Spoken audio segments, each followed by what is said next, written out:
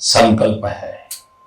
कोल्हापुर से अंजलि जी ने लिखा है कि नए साल पर हम दूसरों को बधाई देते हैं, शुभकामनाएं देते हैं। तो इस बार हम एक नया काम करें, क्यों ना हम अपने देश को बधाई दें, देश को भी शुभकामनाएं दें। अंजलि जी, वाकई बहुत ही अच्छा विचार है।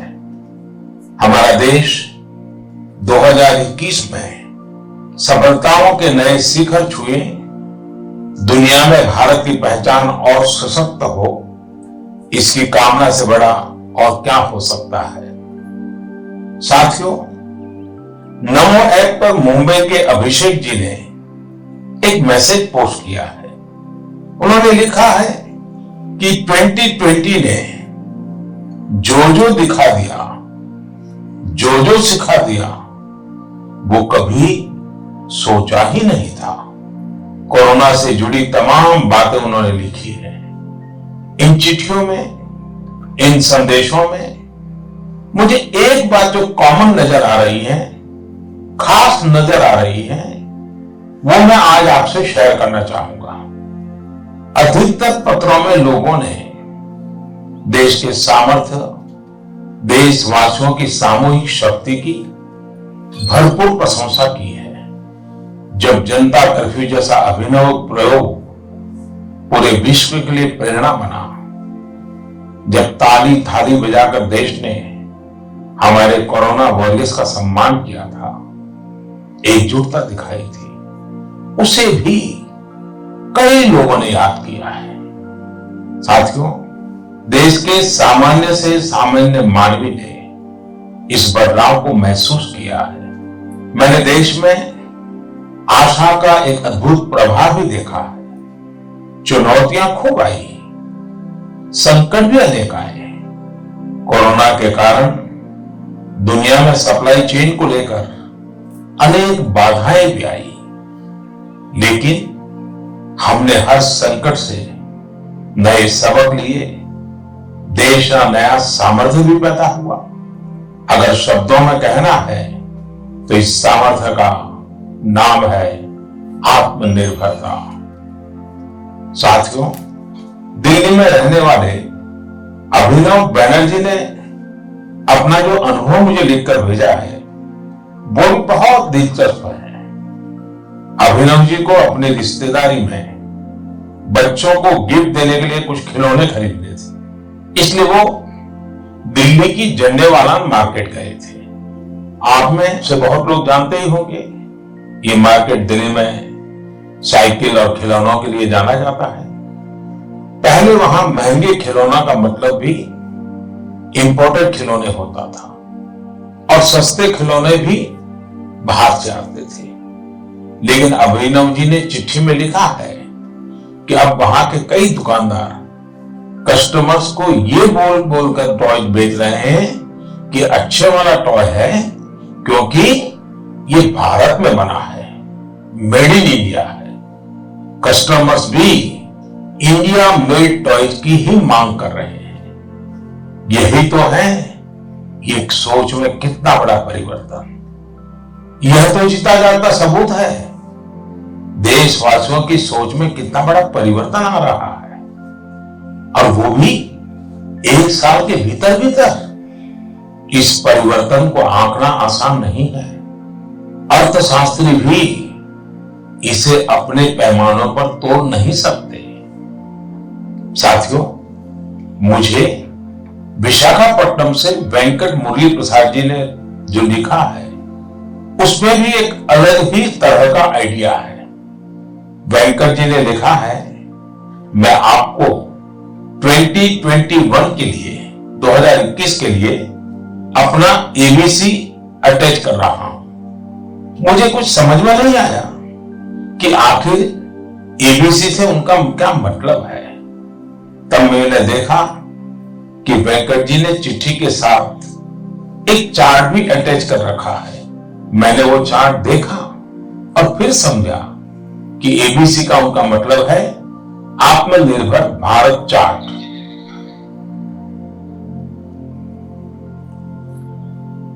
हमारे बीच उपस्थित अतिथियों का परिचय है। श्री मनोज जी शर्मा, आप मध्य प्रदेश राज्य समिति के चेयरमैन हैं। साथ ही श्री अरविंद सोसाइटी के उपाध्यक्ष के पद पर अभी सुशोभित हैं और सदस्य कोर ग्रुप पांडिचेरी।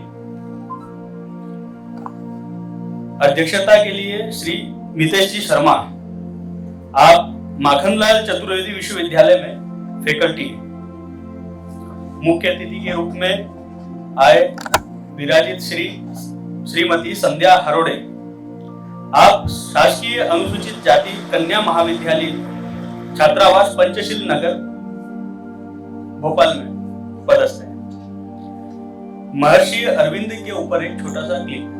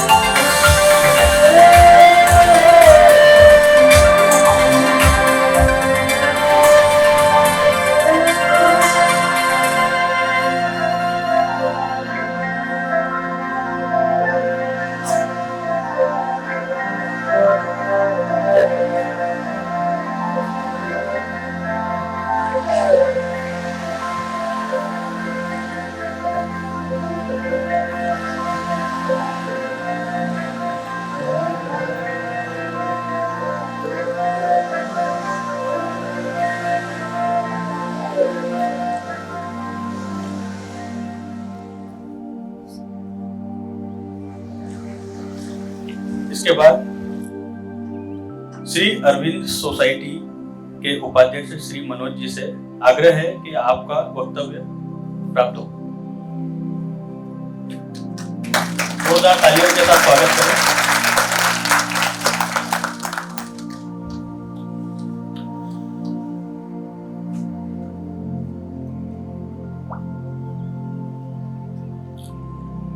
नमस्कार, वंदे मातरम।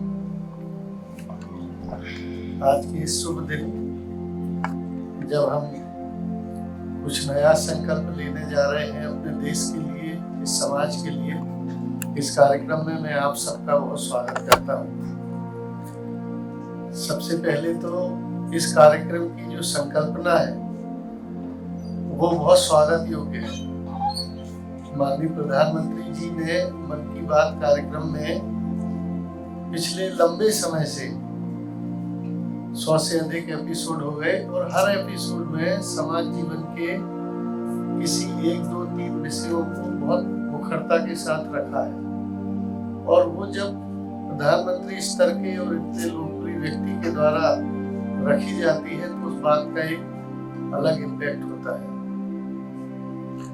तो आयोजकों को एक तो बहुत बहुत आभार और धन्यवाद कि इतने सुंदर कार्यक्रम को इस नए रूप में, जिसमें आपके जैसे बहुत सारे नए जो युवा भारत का भविष्य है उनको इन एपिसोड्स के माध्यम से समाज जीवन को समझने का एक अवसर मिला है।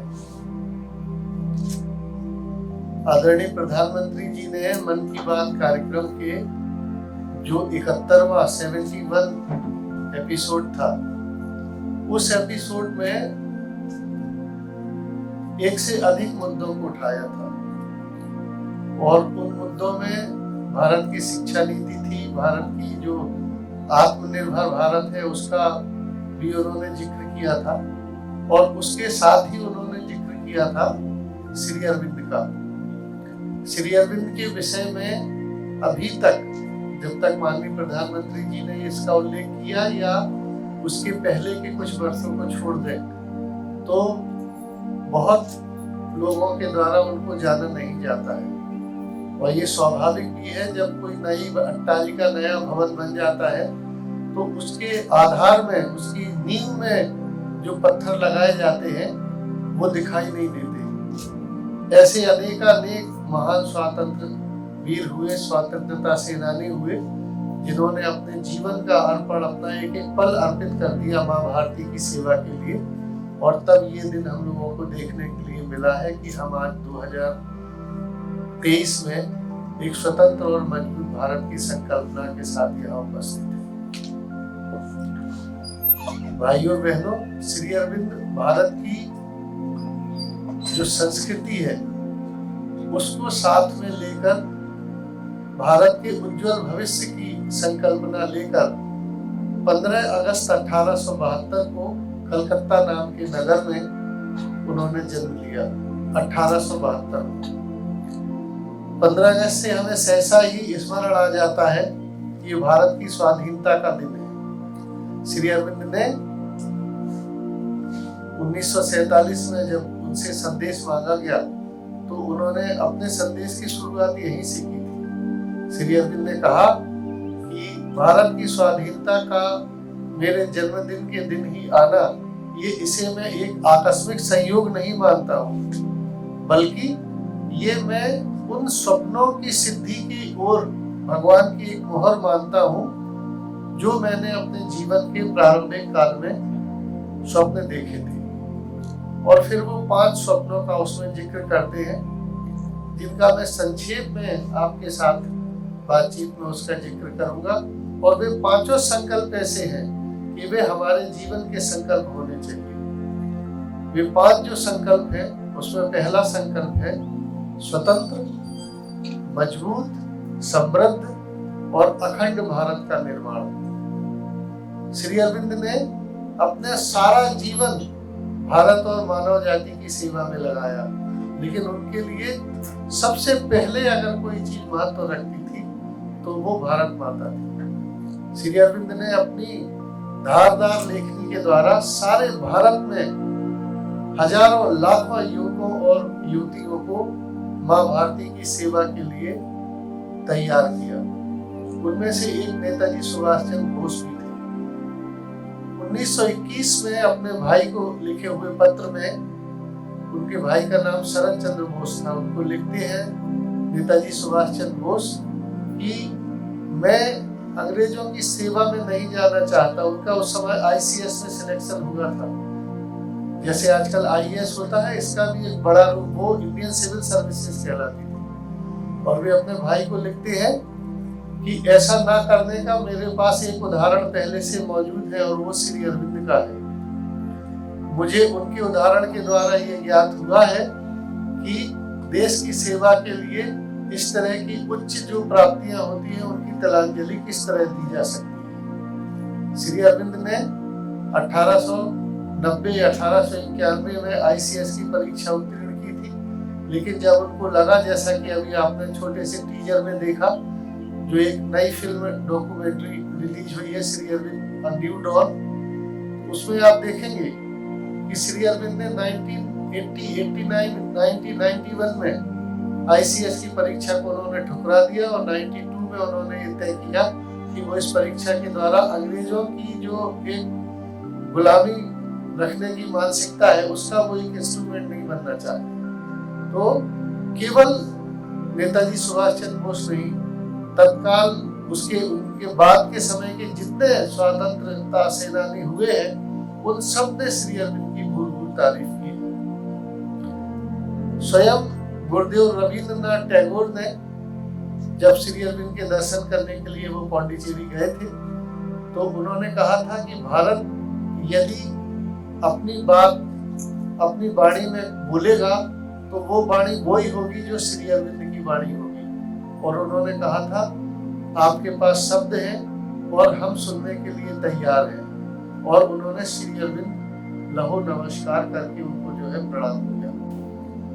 कहने का अर्थ ये कि भारत का जो मजबूती है, भारत का जो समृद्धशाली अतीत रहा है, उससे भी ज्यादा मजबूत और ज्यादा उज्जवल भविष्य गढ़ने का संकल्प जो श्री अरविंद का था वो श्री अरविंद का पहला स्वप्न था। और उस दिशा में निरंतर न केवल श्री अरविंद से जुड़े हुए समग्र संस्थान बल्कि सारी जो आध्यात्मिक प्रभाव श्री अरविंद का ऐसा है कि अब सने सने सब लोग इस दिशा में जागृत हुए हैं और एक मजबूत भारत को उठते हुए हम लोग अब स्वयं देख पा रहे हैं। दूसरा जो स्वप्न श्री अरविंद का है वो है एशिया का पुनरुत्थान। आप जानते हैं हमारे सारे विश्व में 5 महाद्वीप है, उसमें हम जिस महाद्वीप में रहते हैं वो एशिया है। और एशिया कॉन्टिनेंट को पहले भी पूर्व काल में भी बहुत महत्व मानव जाति में प्राप्त हुआ, लेकिन बीच के कुछ समय में यूरोप और दूसरे जो महाद्वीप थे उन्होंने अपने कल्चर का, अपने तरीकों का इस तरीके से प्रचार प्रसार किया। कुछ हमारे तरह भी भारत में और भारत एशिया के अन्य देशों में भी जो तमस का वातावरण बना उसके कारण हम अधोगति को प्राप्त हुए। लेकिन अब समय बदल गया है। श्री अरविंद कहते हैं 21वीं सदी जो होगी वो एशिया की सदी होगी। और आज आप देख रहे हैं कि जीवन के सब क्षेत्रों में भारत ने एक नई ऊर्जा के साथ सारे विश्व के सामने अपने आप को रखा है। अभी हाल ही में आपको विदित ही है चंद्रयान के द्वारा चंद्रमा का जो साउथ पोल है उसके ऊपर भारत का एक लैंडर जो है वहां पे जाके लैंड किया। क्या नाम है उसका लैंडर का? विक्रम लैंडर। जो लैंडर वहां पे लैंड किया उसका नाम है विक्रम लैंडर। और उसमें से जो एक रोवर गया उसका नाम है प्रज्ञान। ये जो प्रज्ञान नाम है ये भारत की पहचान है। भारत का काम है संसार को ज्ञान देना। भारत का काम है विश्व गुरु की अपनी जो उसकी पहले की पोजीशन थी उसको प्राप्त करना। और सने सने ऐसी स्थितियां बन रही है कि भारत फिर विश्व गुरु की ओर बढ़ रहा है। तो श्री अरविंद का जो दूसरा स्वप्न है वो है एशिया का पुनरुत्थान। और आप देखेंगे कि धीरे धीरे न केवल एशिया में भारत बल्कि भारत के इर्द गिर्द के जितने राष्ट्र हैं, जितने महाराष्ट्र हैं, वो सारे के सारे जागृत हो रहे हैं। एक नई ऊर्जा, एक नई चेतना समस्त एशिया में, वो चीन हो, वो दक्षिण कोरिया हो, वो ताइवान हो, वो सिंगापुर हो, जितने भी देश एशिया के हैं सब एक एक करके जागृत हो रहे हैं। और जीवन के सब क्षेत्रों में, चाहे वो किसी भी धर्म को मानने वाले हो, चाहे वो किसी भी समाज को मानने वाले हो, एक एशिया की जो पूरी आत्मा है, एशिया का जो पुनर्जागरण है वो प्रारंभ हो चुका है। एशिया से आगे जैसे ही हम बढ़ते हैं तो श्री अरविंद अपने तीसरे स्वप्न में कहते हैं, मेरा तीसरा स्वप्न रहा है एक विश्व संघ की स्थापना, जो न केवल विश्व के विभिन्न राष्ट्रों के बीच में आने वाली समस्याओं का निराकरण करे, बल्कि इसके साथ ही एक नए समाज के लिए, एक नए जीवन के लिए कैसे हम एक दूसरे का हाथ से हाथ मिलाकर आगे बढ़ सकते हैं, उसके विषय में एक महत्वपूर्ण भूमिका अदा करें। और इस दिशा में एक विश्व संघ की स्थापना का जो उन्होंने स्वप्न देखा था, आप जानते ही हैं कि उसके विषय में लगातार पिछले 75 वर्षों से प्रयास चल रहे हैं।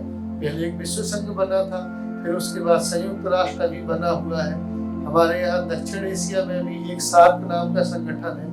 कहने का आशा ये कि ये सारे जो संगठन बनाए गए हैं इनमें कुछ कमियां हो सकती हैं, पर एक जो अंदर की भावना है कि सारे राष्ट्रों को मिल बैठकर इस धरती माता को बचाने के लिए और एक नए जगत में प्रवेश करने के लिए एक दूसरे के साथ चलना चाहिए, और वो इच्छा बलवती हुई है। और अभी आप देखे होंगे, अभी अलग अलग जैसे G20 का ये जो अभी चल रहा है, जिसकी अध्यक्षता इस वर्ष भारत को है, उसके बहुत सारे शहरों में उसके आयोजन किए जा रहे हैं। ब्रिक्स के सम्मेलन में अभी प्रधानमंत्री जी गए। इसके पहले भी भारत की धाक जो है वो विश्व मंचों पर जिस तरीके से बढ़ी है, उसमें कहीं ना कहीं श्री अरविंद जैसे मनीषी का, श्री अरविंद जैसे ऋषि का, और भारत की जो ऋषि परंपरा के महान जो संत हुए हैं, उन सब की आध्यात्मिक अवदान रहा है। ये तीसरा जो संकल्प है, जो एशिया के पुनरुत्थान का, विश्व संघ के निर्माण का, वो श्री अरविंद का स्वप्न है। चौथा जो स्वप्न श्री अरविंद ने देखा, वो देखा संसार को भारत का आध्यात्मिक प्रतिदान, spiritual knowledge from India to all corners of the world. सारे संसार में, संसार के एक एक कोने में भारत का जो आध्यात्मिक ज्ञान है, जो स्पिरिचुअल नॉलेज है, वो जाए। आपको जानकर बहुत आश्चर्य होगा, हम लोग जब आपकी उम्र में थे, मैं पेशे से इंजीनियर हूँ, यही पास में कॉलेज विदिशा में SCTI कॉलेज में पढ़ता था। आप लोगों की एज ग्रुप में हमारे को अध्यात्म के विषय में कुछ पता नहीं था। घर में सवेरे उठते थे तो माता पिताजी को पूजा करते देखते थे, बरकता जानते हैं। लेकिन अब जब मैं युवाओं के कार्यक्रमों में जाता हूँ, बच्चों से बात करता हूँ, तो मैं सरप्राइज हो जाता हूँ ये जान के कि वे धर्म की सीमा से बाहर निकल के आध्यात्मिक जगत में प्रवेश कर रहे हैं। उनके अपने सोचने की एक थॉट प्रोसेस है, और वो उनको उनके धर्म से जोड़ के तो रखती है, लेकिन बांध के नहीं रखती। धर्म बांधने का काम नहीं करता, धर्म हमें मुक्त करने का, खोलने का काम करता है। और धर्म की सीमा से बाहर जब हम स्पिरिचुअल वर्ल्ड में प्रवेश करते हैं, तो हम देखते हैं कि सारे धर्म जो है एक ही संदेश देते हैं, वो मानव कल्याण का। श्री अरविंद ने भारत का जो मूल ज्ञान दर्शन है, जो वेदों से प्रारंभ होता है, जिसमें कहा गया है कि एक ही ब्रह्म है जो अलग अलग नाना रूपों में उत्पन्न होता है, और वो उन्होंने भारत के उपनिषदों का, भारत के वेदों का, भारत की जितने भी सीक्रेट हमारे धर्म ग्रंथ हुए, आध्यात्मिक ग्रंथ हुए, उनका अध्ययन किया। श्रीमद् भगवद गीता का बहुत सारे उन्होंने लेखनी भी की, लगभग 33 पुस्तकें उन्होंने लिखी अपने जीवन में, बड़े बड़े ग्रंथ, महाग्रंथ लिखे, सावित्री महाग्रंथ लिखा। ये सारी जो नॉलेज है भारत की, और इसके बाद के लोगों ने जो लिखा, इसको संसार तक ले जाने की आवश्यकता है। भारत कैसे संसार को मार्ग दिखा सकता है, और वो बल का मार्ग नहीं होगा। बल के द्वारा बहुत सारे लोगों ने संसार को अलग अलग समय में जीता, लेकिन जैसे ही बल का क्षरण हुआ, वो उनकी विजय जो है वो पराजय में बदल गई, और फिर कोई दूसरा बलशाली हुआ और उसने संसार को जीता। एकमात्र ज्ञान ही ऐसा शक्ति है कि जिसके माध्यम से यदि आप किसी को ज्ञान के द्वारा यदि आप प्रभावित करते हैं, उसका जीवन बदलते हैं, तो वो आजीवन आपको नहीं भूल सकता। आप लोगों को नर्सरी में, KG1 में, प्राइमरी में जिन टीचर्स ने पढ़ाया था, अब आप लोग उनसे ज्यादा होशियार हो गए, ज्यादा अच्छी कक्षा में पढ़ते हैं। पर बताइए, उनका आदर आपके मन में कम हुआ है या बढ़ा है? और ये जीवन में जैसे जैसे आप बढ़ते जाएंगे, तब आपको ये एहसास होगा कि वो जो जिन लोगों ने हमें नर्सरी में, KG1 में पढ़ाया था, जिन लोगों ने हाथ पकड़ के घर में हमारे माता पिता ने कपड़े पहनने से लेके टूथपेस्ट करने तक जो सिखाया था, उसको हम लोग कभी नहीं भूल सकते। भारत का जो अवदान है वो शांति का संदेश है। भारत का जो अवदान है वो संसार को मानव कल्याण का संदेश है। और श्री अरविंद कहते हैं कि ये जो संदेश है मानव कल्याण का, ये जो संदेश है आध्यात्मिकता का, ये सारी वसुधा एक है, वसुधैव कुटुम्बकम। ये सारी वसुधा हमारी माता है, और इसमें रहने वाले जितने हम सब लोग हैं, प्राणी हैं, वे चाहे स्त्री हो, पुरुष हो, नर नारी हो, जीव जंतु हो, हम सब एक कुटुंब के रूप में रहे। तब ये पृथ्वी जो है एक नए आयाम की ओर खुलती है, जो श्री अरविंद का 5वां स्वप्न है। और श्री अरविंद का 5वां स्वप्न है मानव जाति से एक नई प्रजाति, जिसको वो अति मानव कहते हैं, उसकी ओर विकास करना। श्री अरविंद कहते हैं कि मानव अपने आप में पूर्ण नहीं है। हमको दिखाई देता है कि मनुष्य पूर्ण है, बहुत पढ़े लिखे होंगे, लेकिन हम अब भी गुस्सा होते हैं, अब भी हमें ईर्ष्या आती है, अब भी हम बीमार होते हैं, अब भी हम वृद्ध होते हैं, और अब भी हमारी मृत्यु होती है। संसार के सारे धर्म कहते हैं कि हम ईश्वर की संतान हैं। अगर हम ईश्वर की संतान हैं, तो हमारी ईश्वर के जैसे हमको होना चाहिए ना। ये तो स्वाभाविक बात है। आपके माता पिता कभी चाहेंगे कि आप उनसे कम हो, आप उनसे ज्यादा हो जाएंगे। तो इसका अर्थ ये है कि ईश्वर ने भी हमारे जैसी संतान के आगे की भी जो है वो प्रजाति बनाने का सोचा है।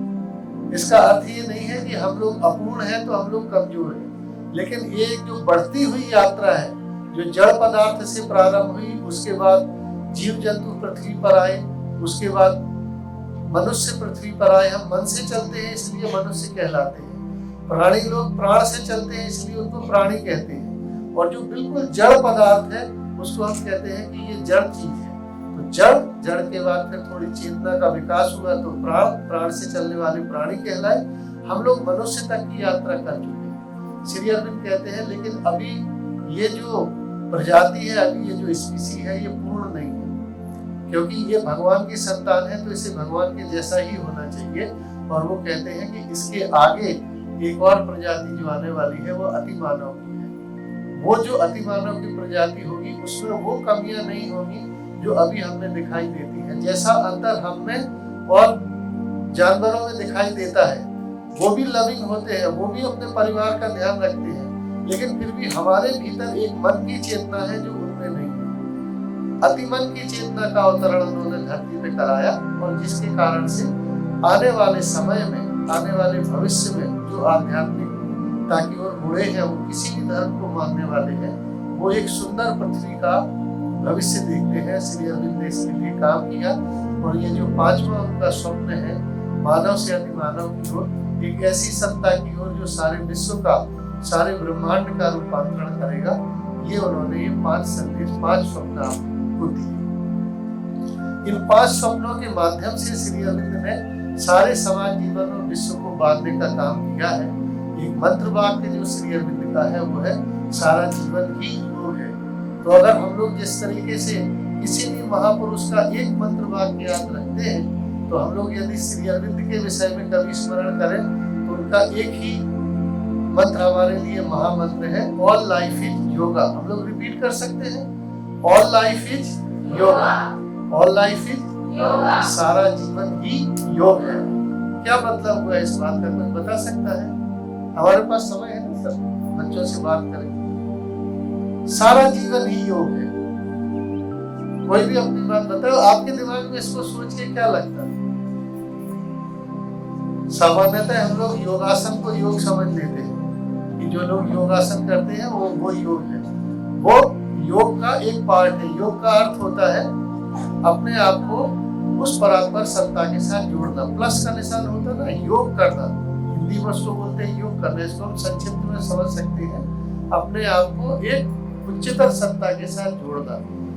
तो उसमें सामान्यतः हम लोग क्या देखते हैं कि लोग शुरू में थोड़ा 10-15 मिनट सुबह मेडिटेशन कर लेंगे या शाम को अगरबत्ती लगा देंगे और सोच लेंगे कि अब हम भगवान से जुड़ जाएंगे, या जिसको भी वो मानते हैं उनसे जुड़ने का प्रयास करते हैं। श्री अरविंद कहते हैं ऐसे में काम नहीं चलेगा। सारा जीवन ही योग है। इसका अर्थ ये होगा 24/7, वो सर्दी का मौसम हो, गर्मी का मौसम हो, बचपन हो, जवानी हो, वृद्धावस्था हो, हर समय हमें उस दिशा में प्रयास करना चाहिए। और उसका तरीका ये नहीं हो सकता कि हर समय हम जो है पूजा घर में बैठे रहे या अगरबत्ती लेके बैठे रहे। जो भी हम कर रहे हैं उसको हम पूजा के भाव से करेंगे तो हमारा सारा जीवन पूजामय बन जाएगा। ये बात समझ में आती है? किसी चीज में आपको कोई डाउट हो, मैं कोई आपको ज्ञान देने नहीं आया उस समय से, हम लोग एक बातचीत करने के लिए। सारे जीवन में हम जो भी करते हैं, जैसे अभी आप लोग की पढ़ाई का दौर चल रहा है, कुछ लोग गृहस्थी में, जो भी काम हम करें इस भाव से करें कि इस काम को करने से मेरे परिवार का भला होगा, मेरे देश का भला होगा, मेरा स्वयं का भला होगा, और जो मैं सीखूंगा या सीखूंगी उससे मानव जाति का भला होगा। अभी आप लोग पिछले 2-3 दिनों से सोशल मीडिया पे देख रहे होंगे, न्यूज़पेपर्स में देख रहे होंगे, मध्य प्रदेश के ही कितने सारे जिलों के नाम आए हैं जहाँ के बहुत सारे युवा साथियों ने और साइंटिस्ट ने, साइंसदानों ने ये जो चंद्रयान जो कार्यक्रम हुआ है उसमें योगदान दिया है। और ऐसा ही सारे भारत के आप अलग अलग राज्यों में जाएंगे तो वहां पे चल रहा है। उड़ीसा वाले उड़ीसा की बता रहे हैं, पंजाब वाले पंजाब की बता रहे हैं। ये जो आपका दौर है, ये जो युवाओं का दौर है जिन्होंने भारत को बदला है, ये दौर ही धीरे धीरे करके भारत को बदला। तो उन्होंने जो काम किया परफेक्शन के साथ, गीता कहती है योग है कर्मेषु कौशलम, कर्म में कुशलता योग है। अगर आप अपना काम पूरी कुशलता के साथ करते हैं तो आप ये योग कर रहे हैं। इसलिए योग करने के लिए आपको काम छोड़ने की जरूरत नहीं है। श्री अरविंद का स्पष्ट संदेश। तो कैसा काम हम करेंगे? हम काम ऐसा करेंगे जो सिर्फ हमारे लिए लाभप्रद ना हो। हम काम ऐसा करेंगे जो सबके लिए लाभप्रद हो। अगर हम ऐसा काम करेंगे तो वो योग बन जाता है। योग कोई बहुत कठिन कंसेप्ट नहीं है कि उसमें आंख बंद करके हिमालय पे जाके पीले कपड़े पहन के बैठना। योग का अर्थ ये है whatever we will do with the right attitude and right spirit। अगर हम अच्छे भाव के साथ अच्छा काम करेंगे तो सब कुछ अच्छा होगा, उसका रिजल्ट भी अच्छा होगा। लेकिन अगर हम सिर्फ स्वार्थ के लिए करेंगे, सिर्फ अपने लिए करेंगे, तो उस कार्य का जो रिजल्ट होगा वो भी संकुचित होगा। सारा जीवन ही योग के माध्यम से उन्होंने एक नया संदेश दिया कि जीवन में जो काम हम करेंगे उसको अच्छे से करेंगे तो हमारा जीवन धीरे धीरे करके बदलने लगता है। श्री अरविंद ने अपने जीवन को यदि हम देखें तो दो हिस्सों में उन्होंने जीवन जिया।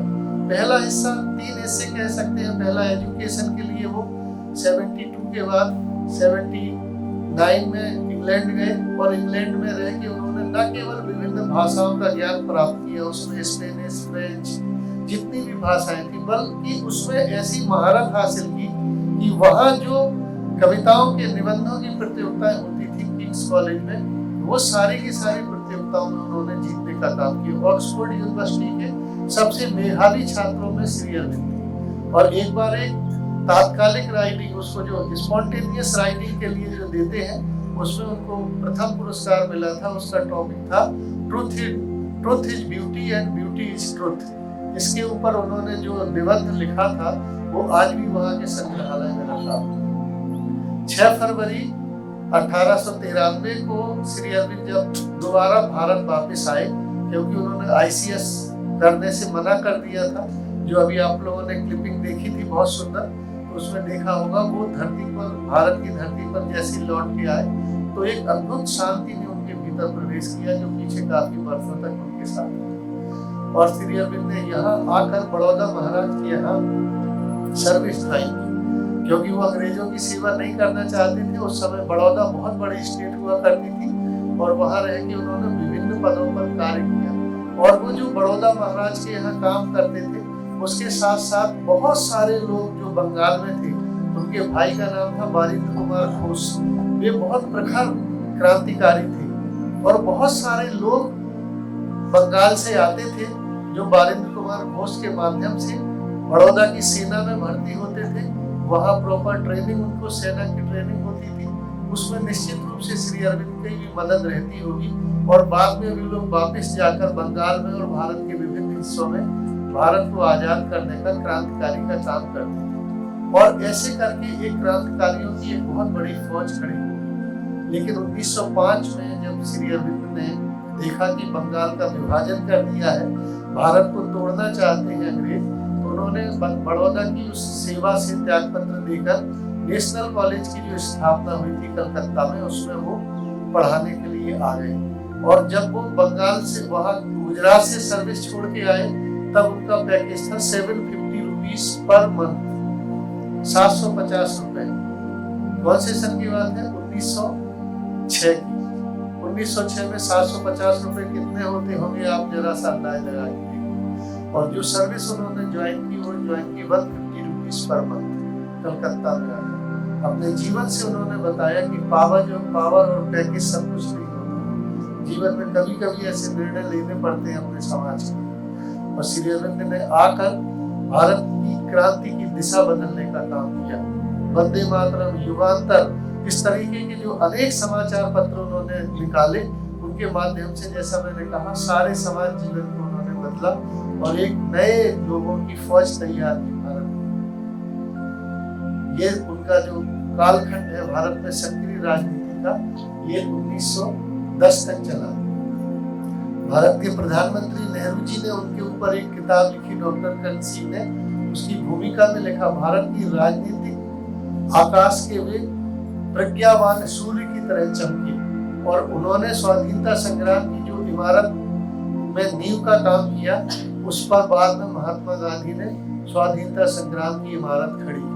इतना महत्वपूर्ण कार्य उन्होंने अपने जीवन के कुछ ही वर्षों में भारत को खड़ा कर दिया। लेकिन जब उन्होंने देखा, अंग्रेजों ने उनको कारागार में डाला।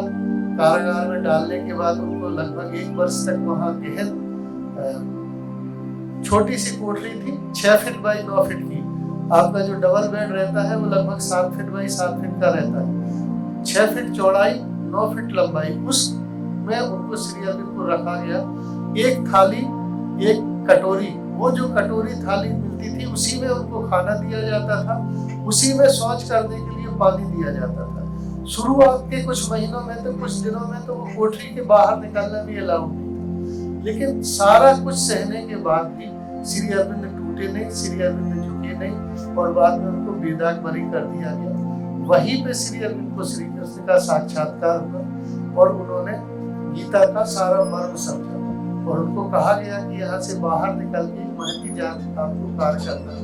और 1910 में 4 अप्रैल को श्री अरविंद पौंडीचेरी पहुंच गए, और पौंडीचेरी पहुंचने के बाद उन्होंने अपना सारा जीवन जो है वो स्पिरिचुअल लाइफ, स्पिरिचुअल जीवन की तरह बिताया। लेकिन भारत के विषय में उनके सरोकार कभी कम नहीं हुए। बाद में भारत के अनेक महापुरुष जो है उनके दर्शन करने के लिए गए, उनसे मिलने के लिए गए, उनसे दिशा ली।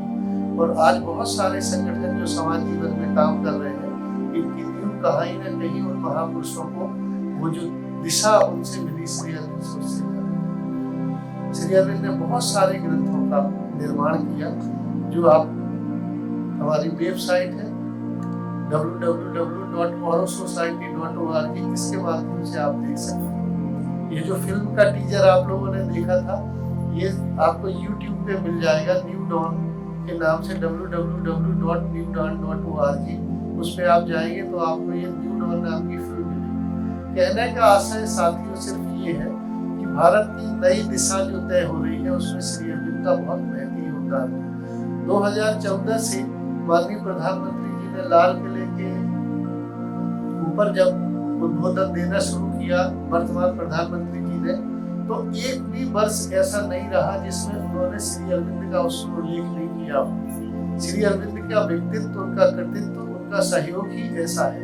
और हम देखते हैं कि आने वाले समय में भी जो चाहे आत्मनिर्भर भारत की संकल्पना हो, या भारत की जो नई शिक्षा नीति है, जिसके विषय में माननीय प्रधानमंत्री जी ने मन की बात का जो 71वां एपिसोड आया था, 71वां जो एपिसोड आया था, उसमें विस्तार से बात कही कि भारत की आत्मनिर्भरता के विषय में श्री अरविंद ने कितना पहले से बता दिया था।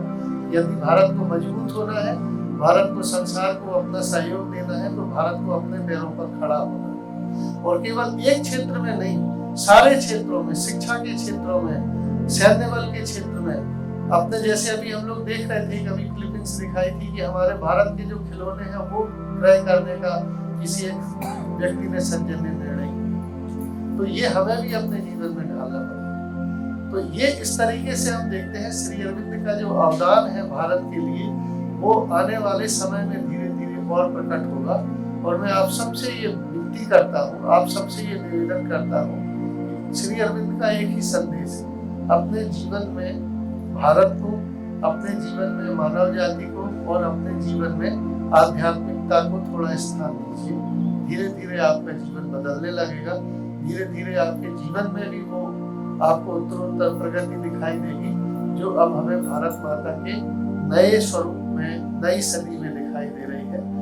आप लोगों ने इतना ध्यान से मेरी बात को सुना। आयोजकों को भी मैं बहुत धन्यवाद ज्ञापित करता हूँ कि हमको यहाँ काम करने का, आने का अवसर दिया। श्री अरविंद सोसाइटी भी जीवन के विभिन्न क्षेत्रों में कार्य करती है। उसमें भारतीय संस्कृति, युवा, नारी शक्ति, और इसके अलावा जो हमारा मैनेजमेंट का पूरा फील्ड चल रहा है, इंटीग्रल मैनेजमेंट, स्वास्थ्य, इन विषयों को लेकर हम काम करते हैं। तो आप सब भी जो है ना इस काम में सहयोग कर सकते हैं। आप सब ने बहुत ध्यान से सुना। धन्यवाद। वंदे मातरम। जय श्री।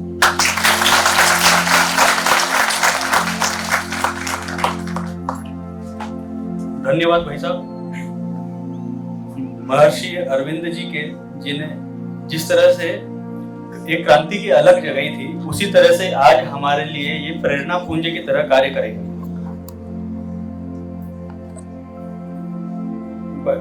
भाई साहब के स्वागत के लिए मितेश जी शर्मा से निवेदन है कि वे गोल्डन पेन एवं ये बुक देकर स्वागत।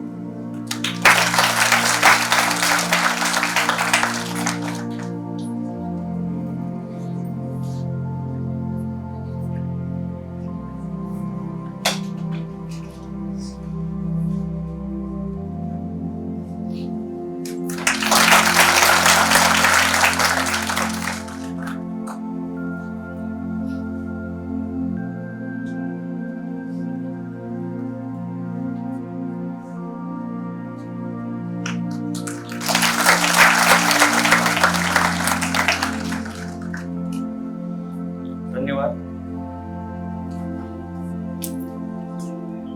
इस सत्र के ये हमारा संकल्प है 100 घंटे 100 वक्ता एवं 100 संकल्प। 70 घंटे हो चुके हैं, ये 71वां घंटा था, 71वें वक्ता थे, अब 71वें संकल्प की बारी है। संकल्प के लिए मैं हरि सिंह जी भाई साहब से निवेदन करूंगा मंच पर आकर संकल्प दिलवाएं।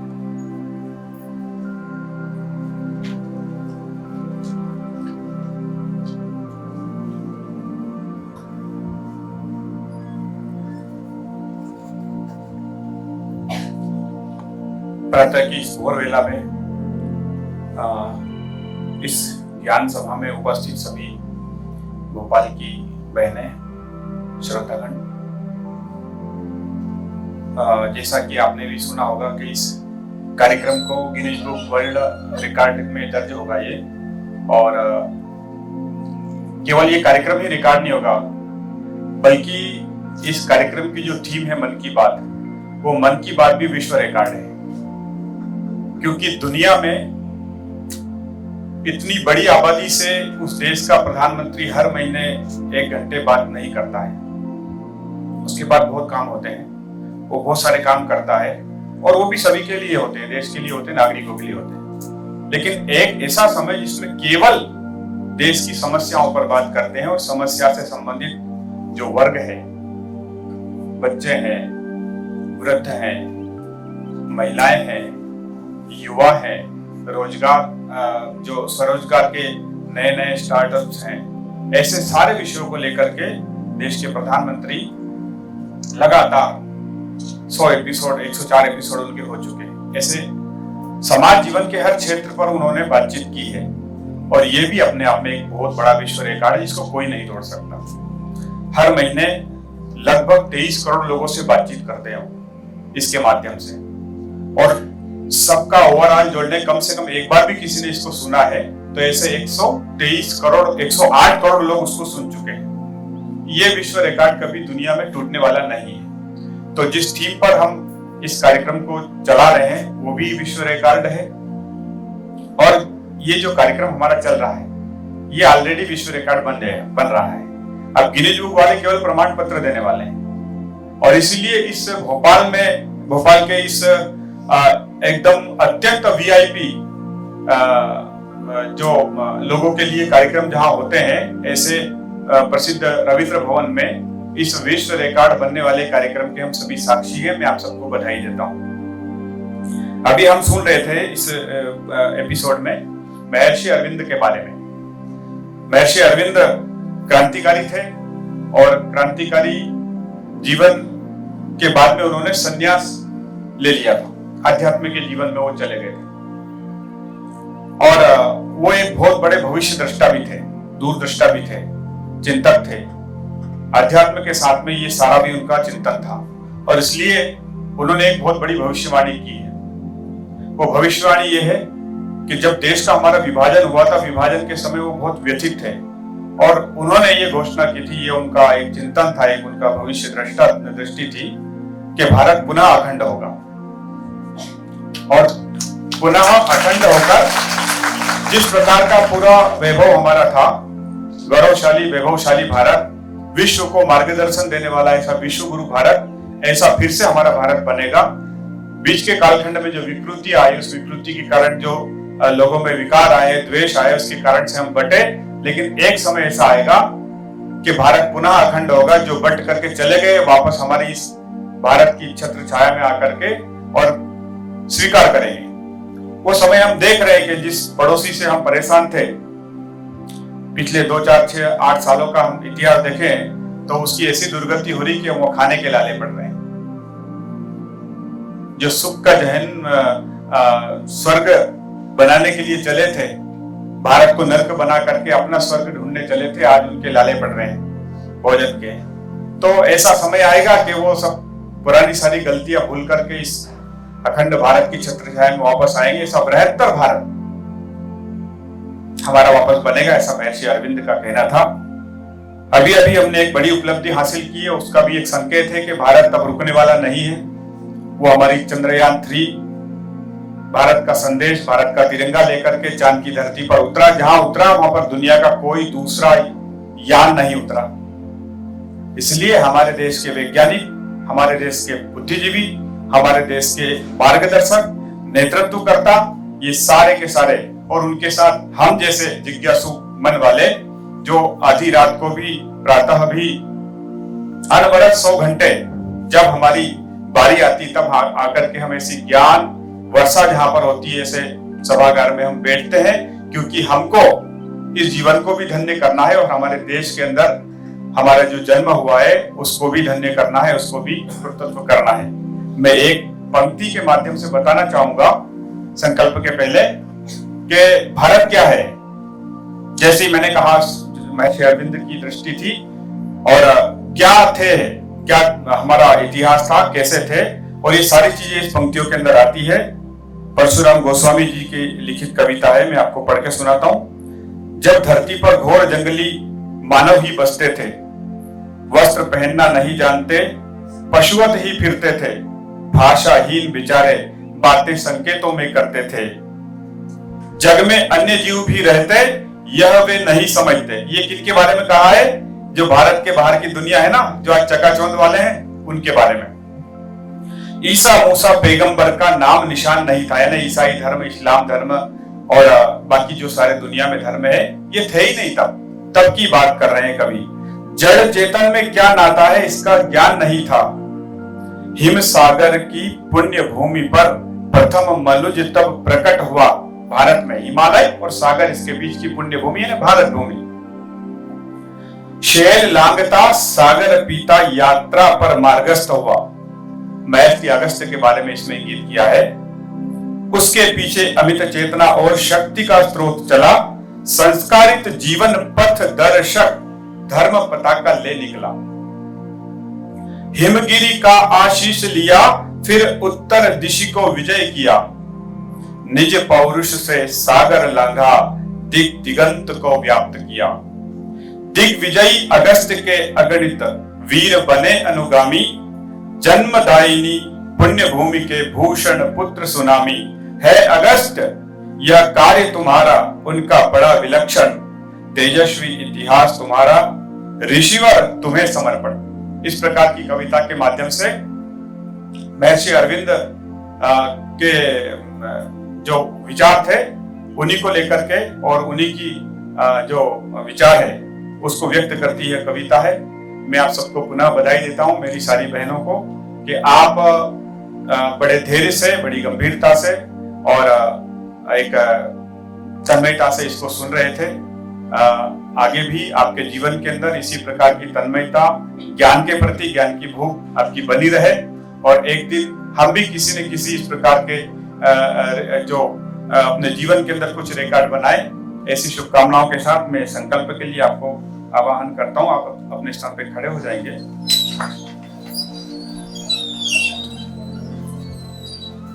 आप अपना हाथ संकल्प की मुद्रा में करेंगे। मैं बोलता हूं, आप दोहराएंगे। मैं संकल्प लेता हूं कि श्री अरविंद के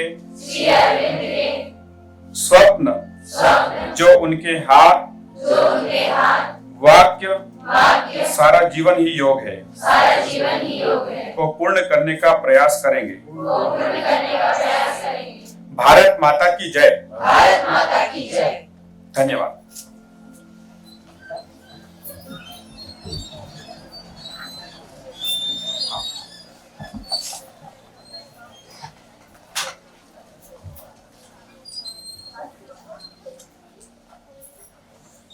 मेरा अतिथियों से निवेदन है कि आप अपने स्थान पर बैठ सकते हैं।